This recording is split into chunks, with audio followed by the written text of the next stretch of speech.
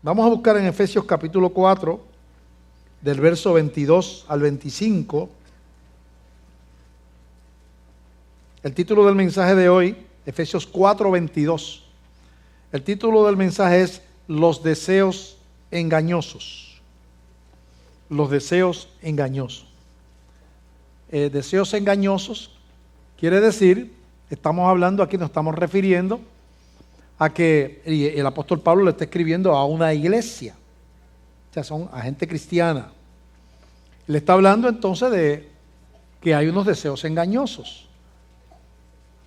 Es una revelación que es importante conocer, porque lo peor que le puede pasar a usted es ser un incauto. Una persona incauto o incauta es una persona que no está preparada, no ve el peligro, no ve el mal, no sabe dónde está, ¿verdad? No se prepara para afrontar lo que le conviene afrontar, y entonces es descuidado, es incauto, no está preparado. Y entonces Dios no quiere que usted como cristiano esté en desconocimiento de la voluntad de Dios, porque eso no le va a llevar por ningún buen camino, ¿verdad? Los deseos engañosos. Efesios 4, del 22 al 25, dice así: en cuanto a la pasada manera de vivir, despojaos del viejo hombre que está viciado conforme a los deseos engañosos, y renovaos en el espíritu de vuestra mente, y vestíos del nuevo hombre, creado según Dios en la justicia y santidad de la verdad. Por lo cual, desechando la mentira, hablad verdad cada uno con su prójimo, porque somos miembros los unos de los otros. Padre, te damos gracias por esta palabra. Ayúdanos, Señor, a proclamarla conforme a tu voluntad. Nos colocamos bajo la dirección del Espíritu Santo, Señor, reconociendo que eres tú el que ilumina, que da la bendición, que nos revela el corazón y las verdades de Dios. Bendice, Señor, a cada persona que esté aquí, que nos ven por televisión, nos ven por internet. También bendíceles allá donde estén. En el nombre de Jesucristo, Señor, te damos gracias. Amén, amén. Hay algo que tenemos que entender. Las verdades, uno parte de una verdad, de una premisa, de un conocimiento, y de ahí entonces desarrolla las decisiones que uno tiene que tomar. Pero tiene que venir la revelación primero, para que usted vea necesario, usted vea lo imperioso, lo urgente que es de uno tomar decisiones con relación a su vida cristiana, ¿verdad? Y dice aquí que el viejo hombre está viciado conforme a los deseos engañosos. Quiere decir que usted y yo, cuando le entregamos la vida a Cristo, somos un nuevo hombre, una nueva criatura, dice la Biblia. Pero viviendo en esa persona que tiene una relación con Dios, que es hijo de Dios, porque creyó, le entregó la vida, se arrepintió, invitó a Jesús a venir a su vida, y por lo tanto, si hizo eso de corazón, es parte de la familia de Dios, tiene su nombre escrito en el libro de la vida y todas las cosas hermosas que hay para los que entregan la vida al Señor. Pero viviendo en esa persona que ama a Dios, que le entregó su vida a Dios, que tiene a Dios como el Salvador de su vida, viviendo en esa persona hay un viejo hombre. Esa doble naturaleza de hijo de Dios, pero el tener que cuidarnos y el tener que renunciar a cosas y el tener que negarnos por obediencia, por amor a Dios, a hacer cosas o vivir de cierta manera que no es agradable a Dios, nos va a acompañar toda la vida. Quisiéramos nosotros convertirnos y que ahí saliéramos disparados para el cielo, ¿verdad? No tendríamos entonces que pasar por eso, por esa etapa. Pero usted y yo nos convertimos y nos quedamos aquí. Y los viejos hábitos y las malas costumbres y las tentaciones y nuestras debilidades van a querer salir, ¿verdad? Van a querer que continuemos viviendo, haciendo cosas que no le agradan a Dios. Así que hay una lucha en el cristiano, una lucha entre el mal y el bien, entre la voluntad de Dios y la voluntad nuestra, o las sugerencias de Satanás. Hay una lucha. No podemos ignorar esa lucha, Porque entonces, como dije, somos incautos, estamos desprevenidos y obviamente somos pastos, somos presa fácil de esas tentaciones y del diablo y sus maquinaciones. ¿Por qué? Porque no estamos conscientes de esa debilidad, no estamos conscientes de la inclinación al pecado que nos va a acompañar toda la vida, aunque usted sea cristiano. Hay algunos que recurren al legalismo, a una apariencia de piedad, a cosas externas, ¿verdad? Y piensan que el forrarse de apariencia de piedad y de cosas externas le dio la santidad y la victoria sobre sus apetitos y sobre sus inclinaciones, y usted no puede derrotar situaciones espirituales con el cuerpo y con la carne. Son dos reinos diferentes. Las cosas espirituales se trabajan espiritualmente. Y por más que yo me disfrace en mi ropa, en mi manera de vestir, en mi, ¿verdad? Que sea una persona que todo el tiempo esté orando y que no es malo eso, no es que usted ore, eso es bueno. Pero el asumir que ya yo no tengo una lucha es un engaño, y que yo no tengo debilidades es una mentira, y que los pecadores son los demás. Eso es el fariseísmo que nos lleva a la hipocresía y nos lleva a una falta de compasión a las debilidades de la gente, porque pensamos que nosotros no somos como los demás. Pero eso no es la verdad. Esa no es la verdad. Usted, sea quien sea, camina con una naturaleza que se inclina al pecado. No importa cuánto tiempo lleve en el Evangelio, no importa cuánto tiempo y cuánto usted ame al Señor. Yo llevo 38 años de pastor y todavía a mi edad yo me cuido de un montón de cosas que podrían envolverme en una tentación. Todavía. No solamente cuando era pastor joven, todavía. Yo no confío en mi carne, todavía no confío en mi carne. Y me cuido. Entonces, eso es sabio. Eso es sabio, esa es manera correcta de vivir. Hasta cierto punto podemos decir que somos un filtro contaminado. Cuando usted pone un filtro en una cafetera, blanquito, nuevo, y hierve agua transparente, limpia, destilada si quiere, caliente, ¿verdad? El agua está pura, el filtro está puro, pero entonces usted pone una harina de café entre el agua y el filtro, usted coloca harina de café y lo que sale por abajo de ese filtro ya no es agua pura. Ahora es agua en solución. Ahí hay sustancias que le dan el sabor, el olor y ¿verdad? Compuestos y sustancias que tiene el café. Están ahí, ya no es agua pura, porque pasó a través de un filtro que estaba contaminado, vamos a llamarle así, con algo que se llama harina de café. Cuando el Señor nos da el Espíritu, ¿nos da qué? Un Espíritu puro. El Espíritu Santo es perfecto, no peca, ¿verdad? No hace nada incorrecto, es perfecto como Dios que es. Pero ese Espíritu Santo va a tener que expresarse en el mundo a través de un filtro contaminado que somos nosotros. Entonces tenemos que tener conciencia de eso y tenemos que preguntarnos cómo yo trabajo con esa realidad, cómo yo no me convierto en un cristiano carnal, que es el cristiano, que no es cristiano, pero que su vida es parecida a los que no son cristianos. Y hace cosas que no se supone que un cristiano haga. Y vive de una manera que es vergüenza para el Evangelio. Y practica cosas en su vida que se supone que un cristiano no practica.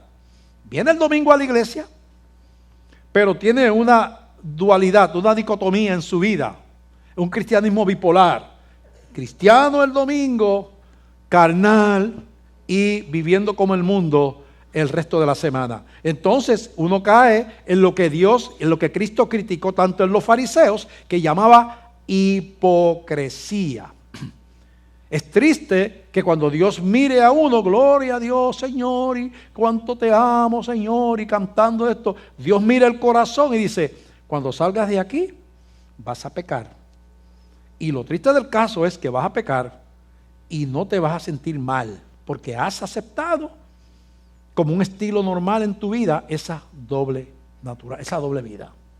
No estás enfrentando la debilidad con las armas espirituales que Dios te dio. Estás anuencia, tienes anuencia, que quiere decir aprobación de ese estilo de vida, ¿verdad? Y entonces es bien frecuente eso en la iglesia, y una gran razón por lo cual el poder y la obra de Dios no fluye poderosamente en las iglesias es porque los que estamos en la iglesia no somos instrumentos útiles al Señor, aptos para toda buena obra. No somos testimonio ni a Dios ni a la gente.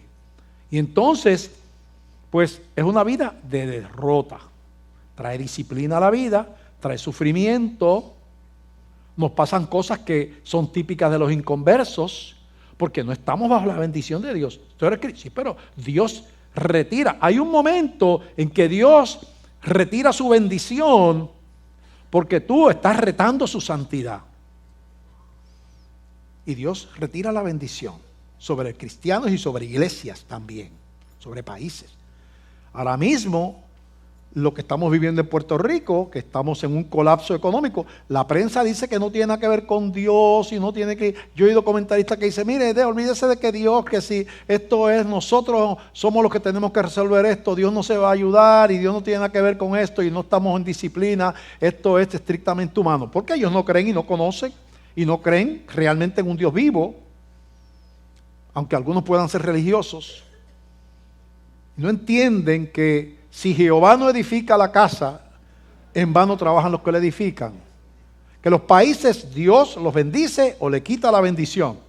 Este momento en Puerto Rico, donde se están tratando de aprobar leyes para adopción de niños por parejas del mismo sexo, de legalizar la marihuana, del matrimonio entre personas del mismo sexo, donde se está tratando de obligar a los padres a que sus hijos le tienen que enseñar inmoralidad llamada educación sexual en la escuela.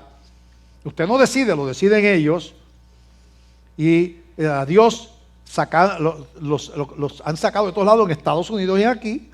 Y hay una consecuencia de eso. Cuando usted saca a Dios de su vida y de su casa, hay consecuencias. Cuando usted saca a Dios de la nación, hay consecuencias.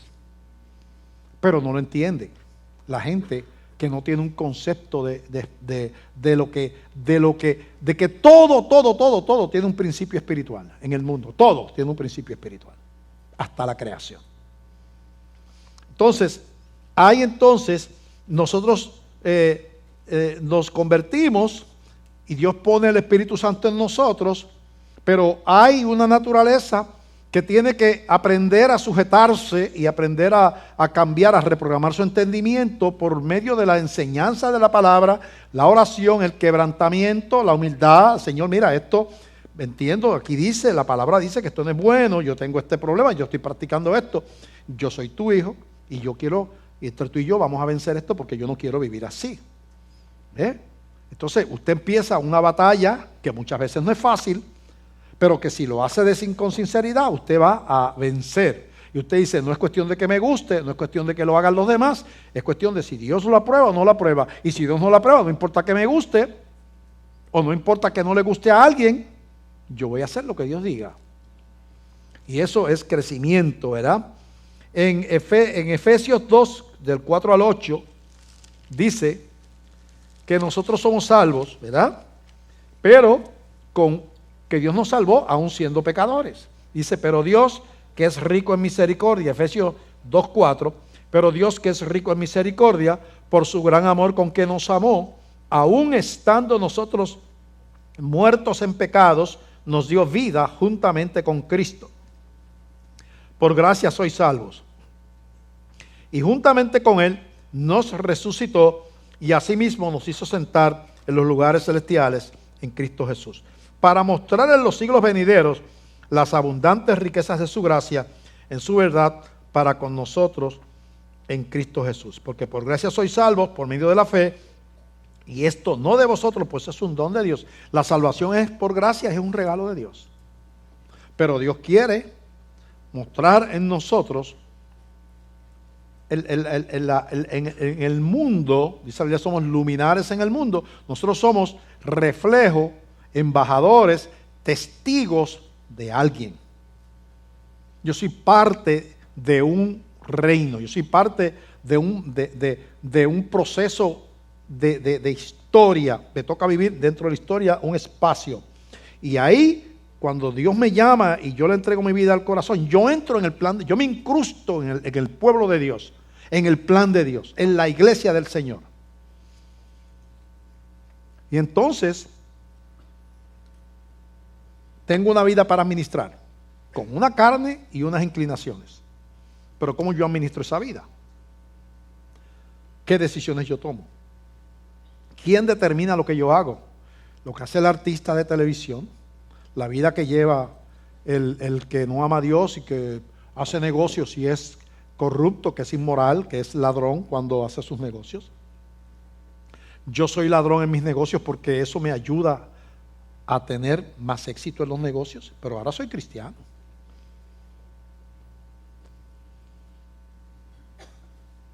Yo fui criado en un lugar de maltrato y yo, por aprendizaje, maltrato a la gente que viven conmigo y los hago sufrir.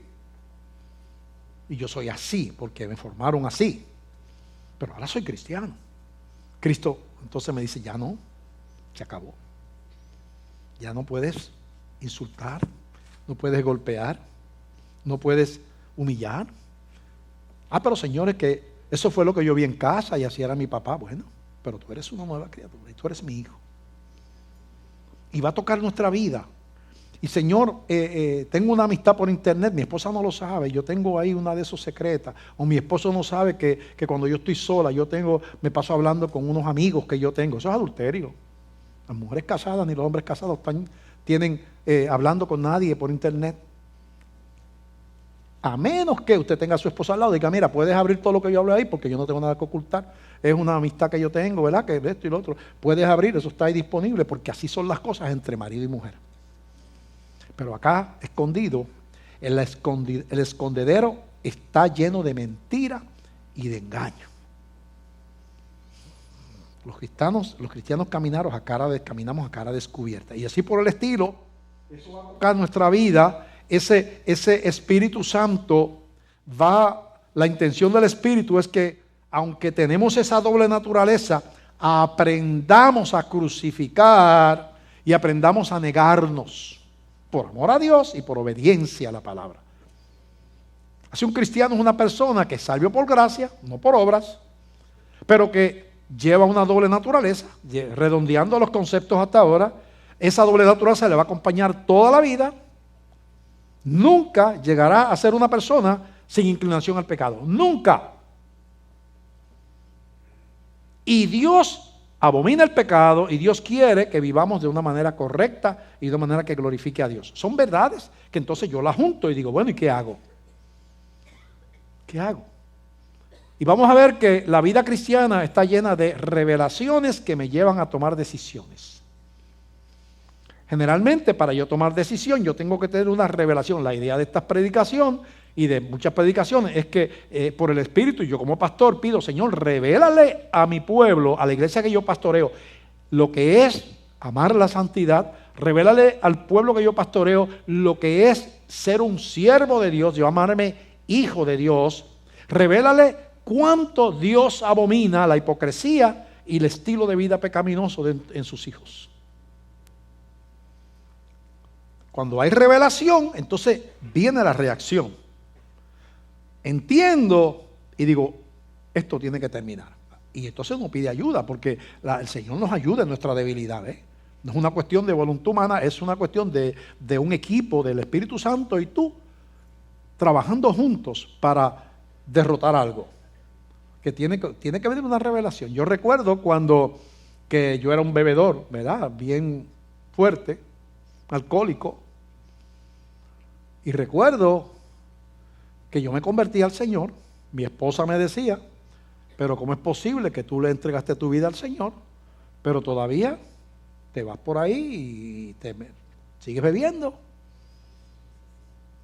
Yo justificaba, bueno, pero fíjate que todos los borrachones decimos que somos bebedores sociales. Es un bebedor social. Lo que pasa es que era tan social que quería ser social casi todos los días.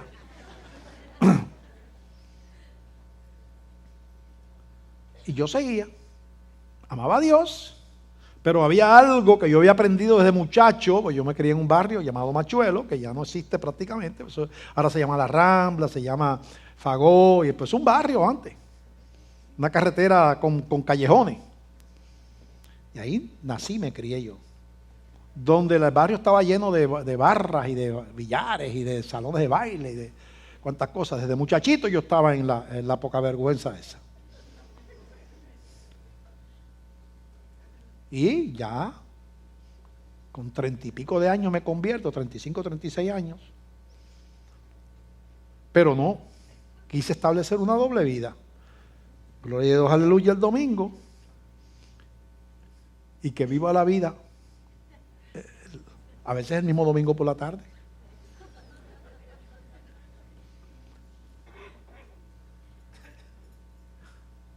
Y yo no tenía una revelación clara de lo que era vivir de esa manera. Y Dios usó un hermano mío que nunca creyó, que yo sepa, que murió de un infarto. Hermano mío que era juez superior y se había retirado ya. Y se burlaba de las cosas y porque él era ese tipo de persona, ¿verdad? Recuerdo que yo quise hablarle del Señor y cuando yo le empecé a testificar, mira, tú tienes que... Entonces se me echó a reír en la cara y me dijo, muchacho, y si yo voy a la iglesia tuya, porque esa iglesia es la que a mí me gusta. Porque tú vas a la iglesia por la mañana y por la tarde te metes 4 palos, ¿cómo haces tú? Eso es lo que yo te digo. Esa es la iglesia que yo quiero. Y yo me di cuenta, en ese momento, vino iluminación sobre mi mente. Y una voz interior me dijo, tú no tienes ni autoridad ni testimonio para hablarle ni siquiera a tu propio hermano. Y entonces, después que vino la revelación de que yo no glorificaba a Dios, de que yo no podía ser instrumento de Dios, de que yo no daba testimonio de mi cristiandad, entonces vino una convicción de que eso tenía que terminar. Y Dios estaba en todo eso, hasta con las palabras de mi hermano estaba Dios. Y empezó un proceso entonces de romper con amistades, algunos de infancia, que eran mis compañeros de bebelata, de no pisar más esos lugares, botar toda la bebida que tenía en mi casa. Y aunque por un tiempo me daban las ganas de beber, ya las ganas no decidían lo que yo hacía. Ahora lo hacía la voluntad de Dios que yo entendía que era para mi vida. Y la decisión era, si tienes ganas, aguántate, porque esto se acabó.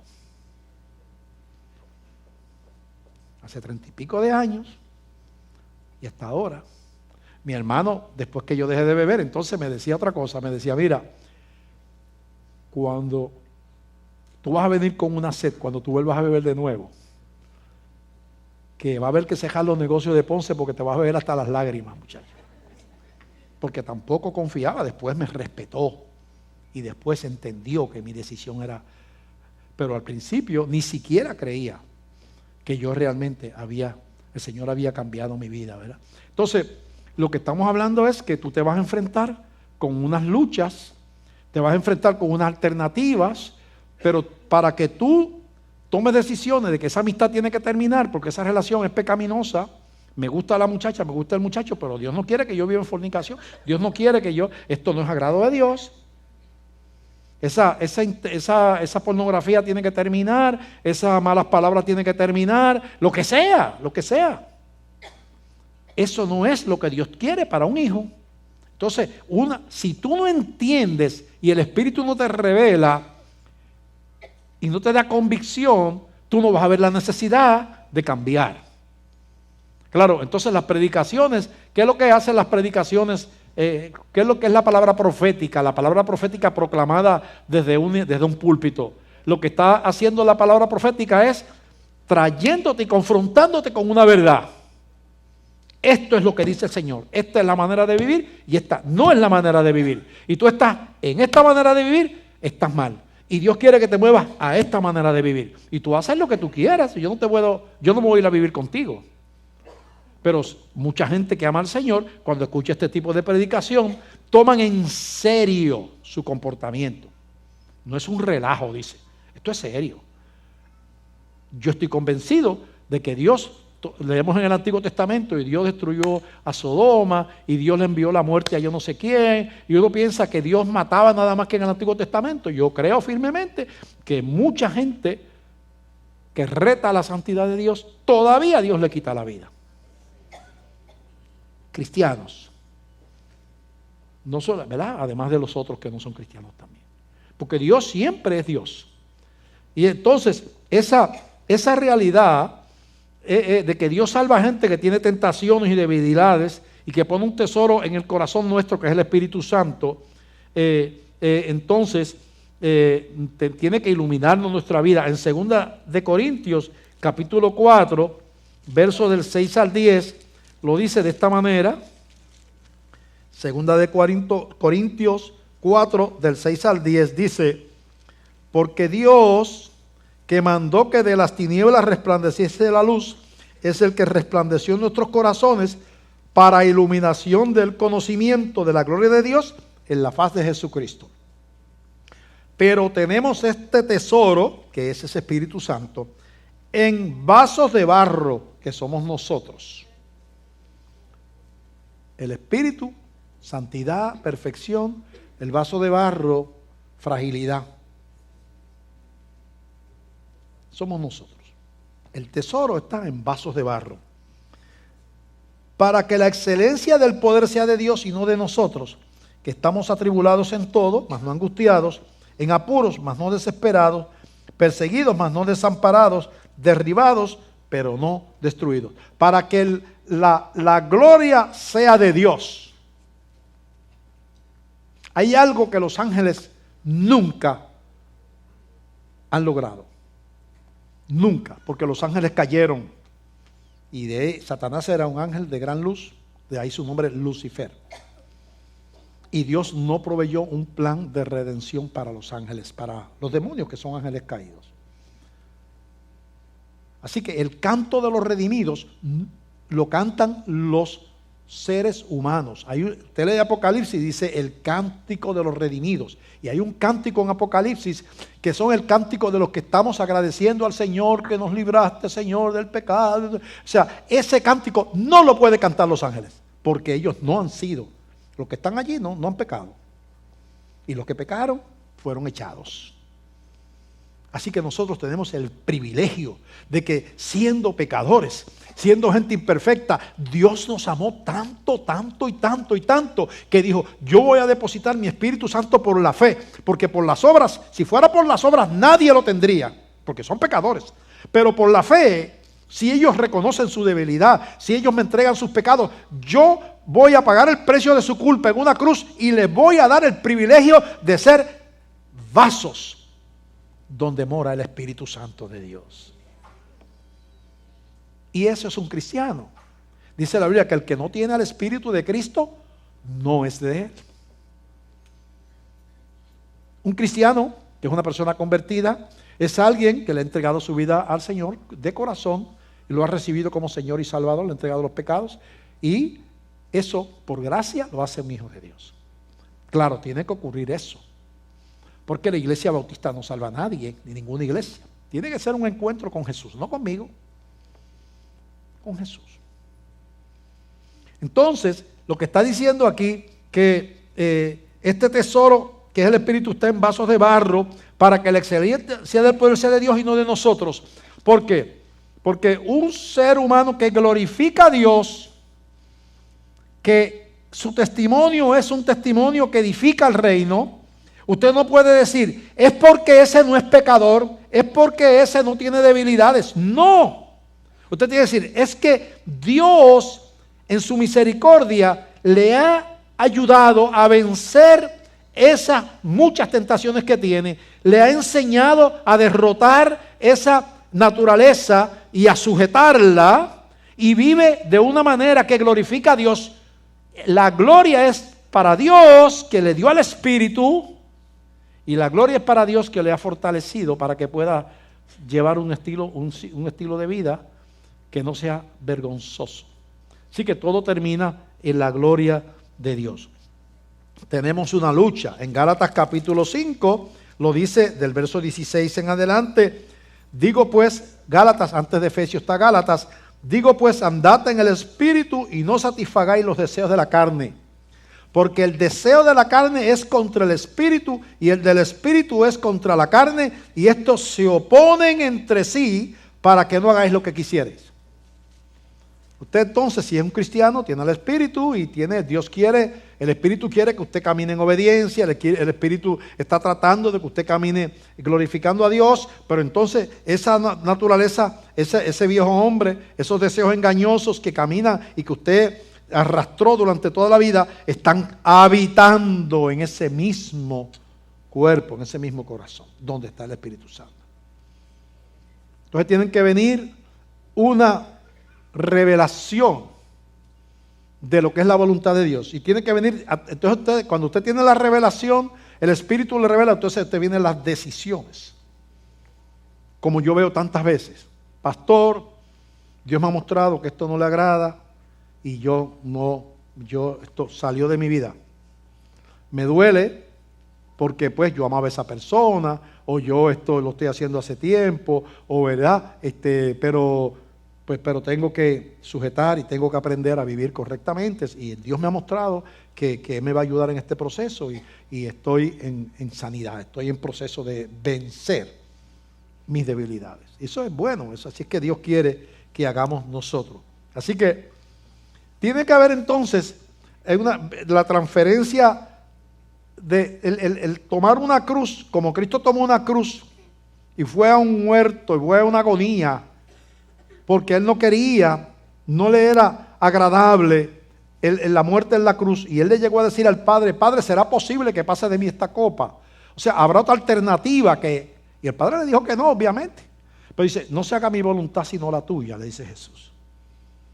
Pero aquella cruz era dolorosa físicamente, porque Él tenía un cuerpo como el suyo y como el mío, y era vergonzosa más que nada para Dios en carne, que no había cometido pecado, y se iba a echar encima allí en aquella cruz asesinatos de niños, violaciones, robos, mentiras, todo lo malo del mundo iba a estar sobre los hombros de Jesucristo. Y para alguien que no conoce el pecado, eso debe ser terrible. Y Él gemía, le llaman la agonía del huerto, era una agonía. En un momento determinado, dice, bueno, ya se ha cumplido el tiempo, los que vienen a arrestarme vienen de camino, pues vamos a enfrentar esto, porque este es el camino que yo he escogido, de la obediencia. Cuando Él va, Él se humilla y es obediente, dice la Biblia, da su vida, al tercer día resucita, y dice, y es exaltado hasta lo sumo, y se le da un nombre que es sobre todo nombre. La exaltación vino por la humillación. Y lo que nos está enseñando la Biblia es, así como Cristo tomó su cruz, no porque le gustaba, sino porque era la voluntad del Padre, y de Él también, de pagar por nuestros pecados, tú tienes que tomar la tuya. Y muchas veces es bien fuerte. Yo conozco personas que han ido llorando a mi oficina, pastor, yo estoy en esta relación pecaminosa hace años, y no es que yo ame a esta persona, pero esta persona es un hombre casado. Y yo he vivido esto, pero la palabra y su predicación me ha mostrado que una mujer cristiana no puede vivir así. Y ya yo hablé con esta persona, esto se terminó, siento el corazón partido, porque yo estaba enamorada de él. Pero yo escojo agradar a Dios. Y termino con la relación. Muchas veces tomar la cruz, como para Jesús, no es fácil tomar la cruz. No es fácil, pero es una demanda. El que quiera venir en pos de mí, toma su cruz, dígase a sí mismo, toma su cruz cada día y sígame. Es una demanda. La cruz entonces implica obediencia. Obediencia. Así que tenemos que entender eso. Podemos decir entonces que la victoria sobre nuestra carne y el convertirnos en instrumentos de Dios está precedido por el sometimiento del yo rebelde e independiente a la obediencia por encima de hábitos, gustos o conveniencias. Voy a leer esa aseveración que yo escribí. Podemos decir entonces que la victoria sobre nuestra carne y el convertirnos en instrumentos de Dios está precedido, antecede a eso, ¿verdad? Está precedido por el sometimiento del yo rebelde e independiente a la obediencia por encima de hábitos, gustos o conveniencias. No va a haber una victoria mientras los gustos, los hábitos o las conveniencias sean los que dirijan mis acciones. Mientras sea eso y no sea la palabra de Dios y no sea la voluntad del Señor, pues seguiré caminando por la vida con una dualidad, llamándome cristiano, pero viviendo como inconverso. Y eso no es lo que Dios quiere para tu vida, ¿verdad? No fue fácil para Jesús ir a la muerte y poner su vida, y no va a ser fácil para ti, tú poner la tuya, pero ambos, aquello fue necesario para nuestra salvación, y eso ahora, ese sacrificio de la muerte del yo, es necesario para tu crecimiento espiritual. Cuando nosotros bautizamos en la iglesia, que tenemos que entender lo que es el bautismo. Ahora estamos anunciando un bautismo, recientemente viene un bautismo. Y lo peor que nos puede pasar a nosotros es ver el bautismo como una ceremonia que se dé en la iglesia para que la gente se haga miembro. Un rito. Eso no es. El bautismo es un acto espiritual y representa una realidad en la vida del que se bautiza. Si eso no es una realidad en la vida del que se bautiza, ese bautismo no tiene ningún valor y por lo tanto es lo mismo que no se hubiera bautizado. El bautismo no salva, ¿verdad? Pero es una evidencia de algo. Yo cuando me bautizo, la Biblia me enseña, ¿verdad? En Romanos 6, del 3 en adelante, no lo vamos a leer ahora, la Biblia me dice que yo me bautizo en la semejanza de la muerte de Cristo. Que así como Cristo murió lleno de pecados, fue a la tumba y se levantó al tercer día victorioso sobre la muerte y sobre el pecado, cuando yo le entrego mi vida a Cristo, yo estoy siendo espiritualmente crucificado juntamente con Él. Yo muero a una vida y nazco a otra vida. La muerte de Cristo, la muerte y resurrección. Mi cristianismo, que yo represento con el bautismo, es mi muerte y mi resurrección como una criatura nueva. Eso es lo que representa el bautismo. Yo soy una criatura nueva. Yo morí a mi vida anterior y nací a una vida como hijo de Dios. Yo no tenía vida porque todos estamos muertos por causa del pecado, pero ahora tengo vida porque Dios me dio su vida por el Espíritu Santo. Entonces, si el bautismo representa una vida nueva, el mismo simbolismo de lo que yo estoy expresando cuando me bautizo revela que Dios espera que tu vida sea una vida nueva. Que Dios está diseñando un acto, una de las ordenanzas de la iglesia, la otra es la cena del Señor, está diseñando un acto para que el mundo sepa que tú eres una nueva criatura. Y que tú estés consciente también de que tú eres una nueva criatura. Entonces, tiene que ver con la muerte a una vida anterior, el nacimiento de una vida nueva. Pero ni porque tú te bautices, ni porque te conviertas, la naturaleza vieja desaparece. No dejas de tener debilidades y tentaciones. y defectos y toman decisiones equivocadas. ¿Cuál es tu esperanza? Tu esperanza es crucificar el yo. Tu esperanza es anhelar agradar a Dios. Tu esperanza es entregar tu autonomía, esa que tú tienes y que tenemos todos, de que yo hago, yo decido, yo camino, voy donde yo quiera, no voy donde yo quiera, camino con quien yo quiero caminar y no camino con quien no quiero caminar, y hago lo que quiero y lo que no quiero no hago. Esa autonomía ya la perdiste. Tú tienes un Señor sobre tu vida. Y la palabra Señor, que se utiliza para Jesucristo, no quiere decir Mister Jesús, sino Master, dueño, amo. Era la misma palabra que se usaba para el que tenía esclavos. No era como tú dices el señor Rodríguez, el señor Pérez, el señor Santiago, no. No era el Señor Cristo, era el amo, el dueño de mi vida. Por eso es que Señor. Entonces, tiene que haber un anhelo en nuestro corazón de agradar a Dios. Tiene que haber un anhelo en nuestro corazón de caminar como cristiano. Tiene que haber un rechazo al yo vivir ofendiendo a Dios todos los días de mi vida. Lo vamos a hacer, vamos a fallar. Pero una cosa es el fallo y otra cosa es la práctica del pecado como un estilo de vida.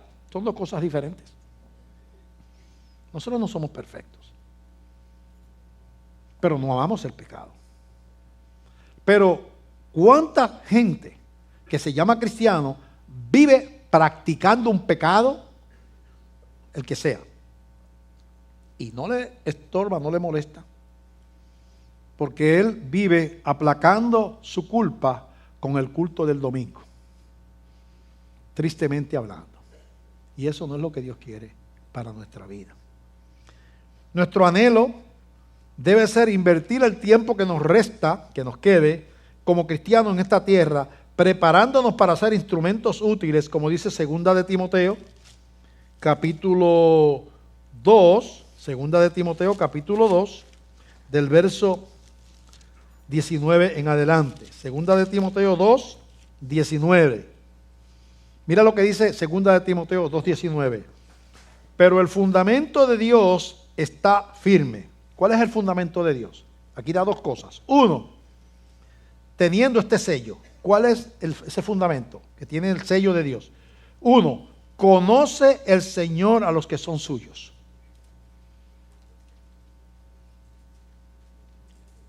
Dios no le impresiona ni tu religiosidad, ni tu membresía en la iglesia. Dios conoce cuando tú le has dado tu corazón. Él sabe quién es de Él y quién no es de Él. Puede ser pastor y Dios decir, ese es pastor, pero su corazón no me pertenece. Conoce el Señor a los que son suyos. ¿Y cuál es el segundo fundamento? Y apártese de iniquidad todo aquel que invoca el nombre de Cristo. Así que el Señor conoce a los suyos. Y segundo, el Señor demanda que si somos de Cristo, nos apartemos de iniquidad. Como meta, cada cristiano tiene que tener la santificación de su vida, el abandono de la práctica del pecado, ¿verdad? Y eso requiere a veces oración, ¿verdad? Negarnos y que como toda cosa que va luchando en contra de la voluntad nuestra, pues tiene que ser una lucha, ¿verdad? Es una lucha, ¿verdad? Y dice después, así que versículo 20, pero en una casa grande no solamente hay utensilios de oro y de plata, sino también de madera y de barro, y unos son para usos honrosos y otros para usos viles. ¿Qué quiere decir ese versículo 20? Está hablando de una casa hebrea. Habían utensilios lujosos que se usaban para tomar, venían las visitas, ¿verdad? En el templo estaban los utensilios que se utilizaban para honrar a Dios. Y estaban la vajilla que se usaba, ¿verdad?, para cosas honrosas. Dice que en una casa grande, como es la iglesia del Señor, es lo que está hablando aquí. Dice que hay también instrumentos para usos viles, ¿verdad? Hay instrumentos que son para usos honrosos y otros para usos viles. ¿Qué quiere decir? en la misma casa que hay vasos de oro y de plata, hay escupideras e instrumentos para que la gente haga sus necesidades. Usos viles quiere decir para echar la porquería. En una casa grande hay la vajilla de plata y de oro, pero cuando usted va por la noche, en aquel tiempo no había inodoro ni esas cosas, habían en los cuartos unos envases donde la gente hacía sus necesidades, que por cierto aquí en Puerto Rico se usaba también.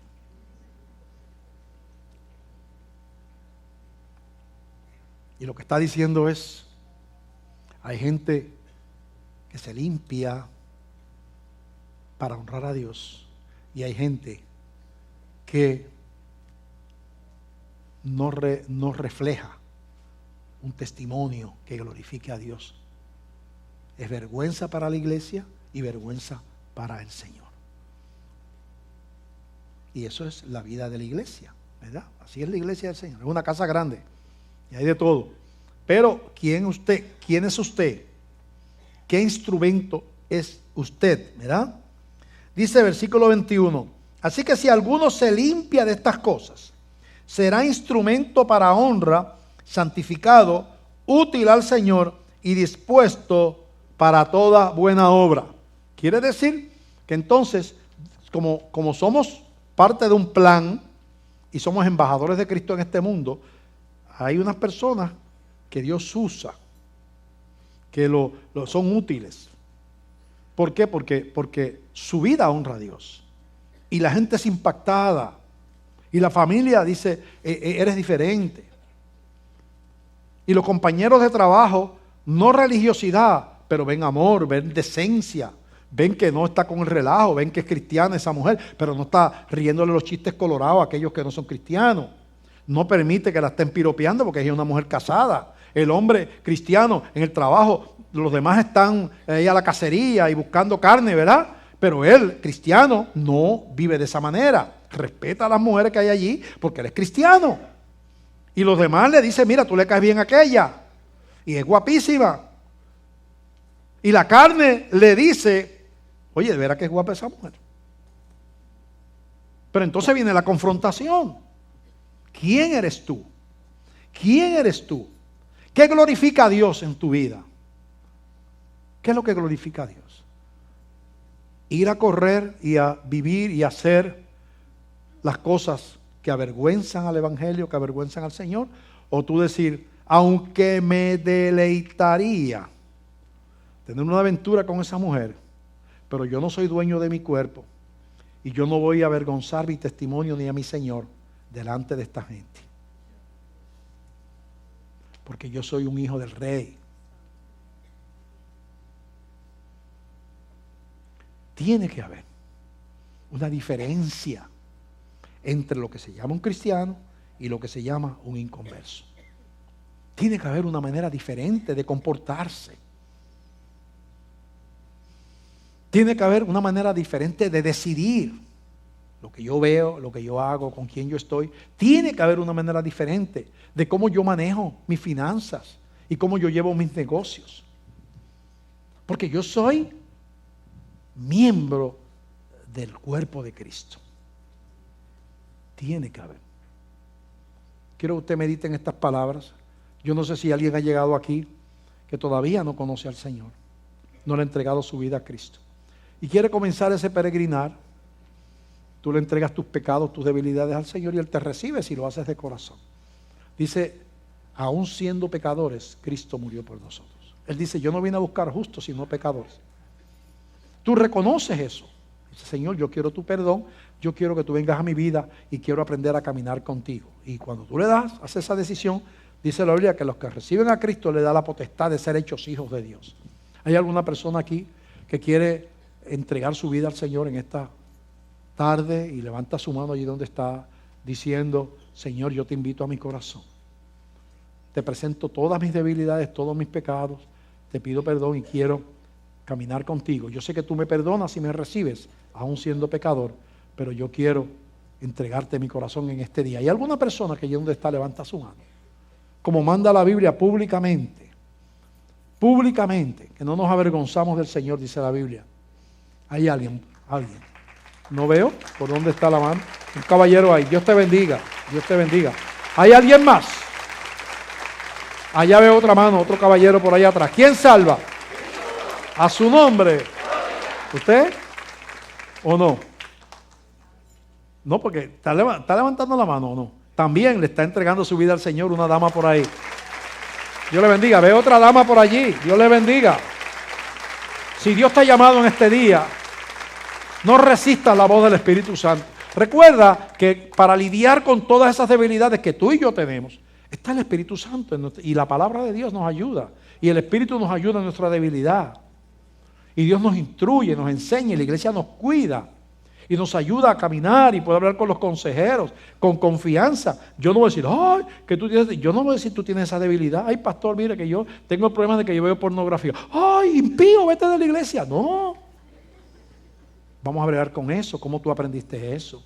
¿Desde cuánto tiempo hace que lo estás haciendo? Tú entiendes que Dios te puede ayudar a, ¿verdad?, a romper con esto. Mira, haz esto, esto y esto otro. Comparte eso con tu esposa que no sabe que estás haciendo eso, para que te ayude a protegerte. No estés solo después de cierta hora viendo televisión o lo que sea, en internet. Trata de hacer acciones concretas para librarte y yo te voy a ayudar. Porque como yo parto de la premisa que tú eres una debilidad y como yo sé que yo tampoco soy perfecto, pues trabajamos en equipo para crecer y madurar en amor, ¿verdad? Y te voy a decir, eso no está bien, no, eso te lo voy a decir, pero vamos a vencer en el nombre del Señor. Hay alguien más que le entrega su vida a Cristo, allí donde está, y que todavía no ha levantado su mano, y hoy le dice al Señor, Señor, yo quiero comenzar una vida nueva contigo. Dios bendiga a aquella dama que está allí, Dios le bendiga. Dios le bendiga. ¿Alguien más? La decisión más importante que un ser humano toma en la tierra no es casarse, no es criar hijos, no es trabajar ni estudiar, es salvar el alma. ¿De qué le vale al hombre ganar el mundo? Dijo Jesús, si perdiera el alma. Que tú fueras dueño de American Airlines y de Microsoft, y fueras dueño de 20 barcos cruceros y de 100 malls, y que cuando te murieras te vas para el infierno. ¿De qué te valió todo eso? La muerte es bien democrática. Es lo mismo ser un millonario que un pordiosero, y están igual de muertos los dos. Por eso es que hay que hacer algo. Cristo vino a librarnos del temor de la muerte.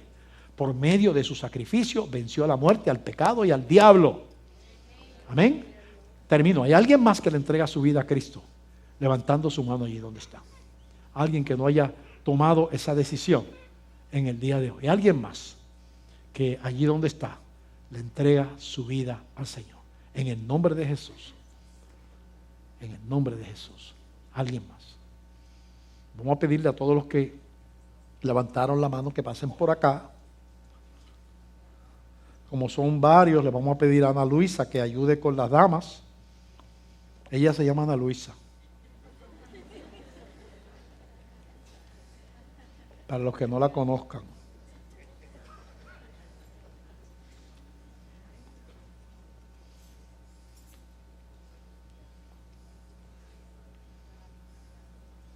Ahora yo tengo una invitación especial. Tengo una invitación especial. Un llamado. Y es que este tipo de mensaje puede producir convicción y revelación de que mi vida no está tan bien como yo creo y que la religiosidad no ha lidiado, no ha trabajado con algunas cosas que tienen que cambiar en mi vida. Y el Señor dijo que los que arrebatan las bendiciones son los mansos, los pobres de espíritu. Y yo estoy llamando a gente que es con mansedumbre, aunque sea líder de la iglesia, aunque sea lo que sea, le dice, Señor, hay áreas de mi vida que no están bien. Y yo te pido perdón y te pido ayuda. Y he aprendido algo hoy, Señor, que quiero que me ayudes a implementar. Hay algunas cosas que yo quiero romper y que necesito la ayuda tuya, Señor.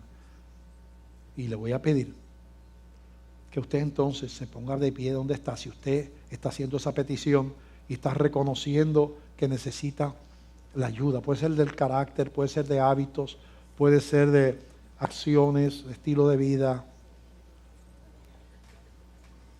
Usted le dice al Señor, Señor, te amo y quiero agradarte, Señor. Te amo y quiero agradarte. Señor, ayúdame, Señor. Vamos a orar. Repita conmigo, Señor Jesús. Te damos gracias por tu palabra, que es palabra que instruye, que redarguye, que reprende, que nos revela tu fidelidad, pero también tu santidad. Yo te entrego cualquier hábito que yo tenga, Señor, toda debilidad, todo lo que yo esté haciendo o pensando que puede ir en contra de tu carácter santo y de tu voluntad. Te pido perdón y te pido ayuda para vencer. Me pongo en tus manos, en el nombre de Jesús. Amén. Amén. Aleluya. Que vive el Rey de Gloria. Que la paz de Dios sea con ustedes. Dios les bendiga.